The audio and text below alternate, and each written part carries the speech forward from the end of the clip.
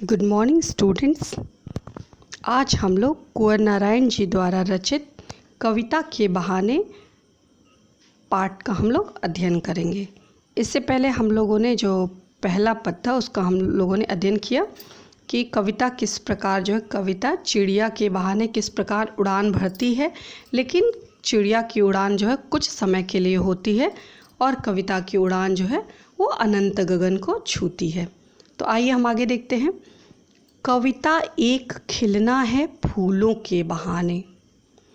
जिस प्रकार फूल खिलते हैं, फूल के बहाने कविता भी खिलती है, यानी कविता भी पुष्पित होती है और पल्लवित होती है। जिस प्रकार फूल सबको आनंदित करते हैं, महकते हैं, महकाते हैं, उसी तरह कविता भी सबको आनंद प्रदान करती है। कविता की भी अपनी एक सुगंध होती है। तो फूल के बहाने कविता एक खिलना है। जिस प्रकार फूल खिलते हैं, फूल में एक सुगंधित गंध होती है, उसी प्रकार कविता भी खिलती है। खिलना मतलब विकसित होना, कविता का विस्तार होना। तो जिस प्रकार फूल आनंद देते हैं, उसी तरह कविता भी आनंद देती है। जिस प्रकार फूल गंध देते हैं, सुगंध देते हैं, उसी तरह कविता भी हृदय में रोम रोम वो पुलकित करती है, रोमांचित करती है। कविता का खिलना भला फूल क्या जाने। क्यों फूल नहीं जान सकता कविता का खिलना? क्योंकि फूल सुबह खिलता है और शाम को मुरझा जाता है। यह अटल सत्य है कि फूल अगर खिलेगा तो वो मुरझाएगा, दिन होगा तो रात होगी। तो उसी तरह से फूल खिलता है और मुरझा जाता है। लेकिन कविता का जो विकास होता है, कविता जो खिलता है, यानी कविता जो विकसित होती है, उसके महत्व को, कविता के विस्तार को, कविता के पुष्पन और पल्लवन को फूल कभी नहीं समझ सकता। क्यों? क्योंकि उसने कभी देखा ही नहीं। उसे पता है कि सुबह खिलना है, शाम को मुरझा जाना है। लेकिन कविता का जो विस्तार है वो हर युगों युगों तक लोगों के हृदय में चिरकाल तक बना रहता है। तो जिस प्रकार फूल खिलते हैं, उसी प्रकार कविता भी विकसित होती है। लेकिन फूल कुछ समय बाद मुरझा जाते हैं और कविता सदा सर्वदा उसी प्रकार लोगों को प्रसन्नता देती है, आनंददायक होती है। बाहर भीतर इस घर उस घर बिना मुरझाए महकने के माने फूल क्या जाने। फूल वो आनंद प्रदान करती है, लोगों को आनंदित करती है, लेकिन बिना मुरझाए महकने के माने फूल क्या जाने। फूल अगर खिलेगा तो एक न एक दिन मुरझा जाएगा। तो फूल को क्या पता कि चिरकाल तक, अनंत काल तक, युगों युगों तक केवल प्रसन्नचित रखना है, केवल सुवासित रखना है, सबके चेहरे पे मुस्कान लानी है।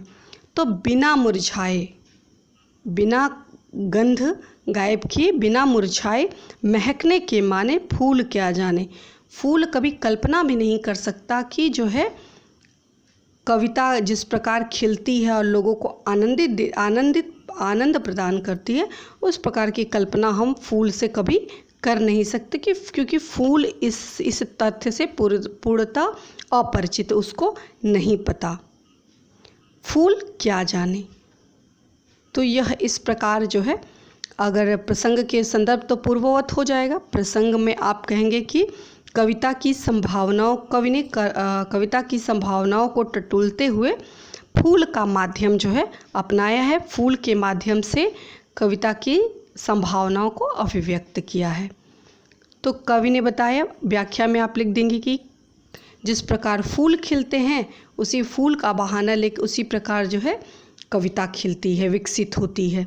और कविता होती है वो चिरस्थायी होती है, युगों युगों तक उसका सौंदर्य होता है बना होता है।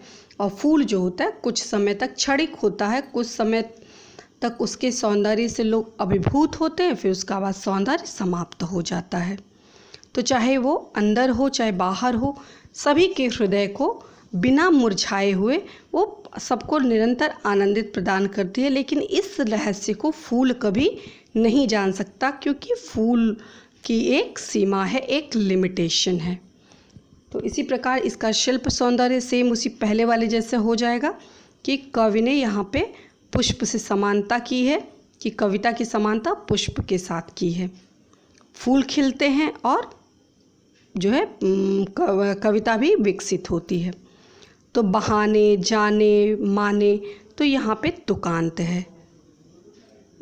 दूसरी बात आप यहाँ पे बोलेंगे कि हिंदी खड़ी बोली का प्रयोग किया गया है। अगली बात, सरल सहज भाषा का प्रयोग किया गया है। सरल सहज भावानुकूल भाषा का जो है वो प्रयोग किया गया है। इसके साथ ही फूल क्या जाने, इसमें क्या है, प्रश्नालंकार है। तो इस प्रकार यह जो है दूसरा जो पद है, दूसरे पद की व्याख्या है।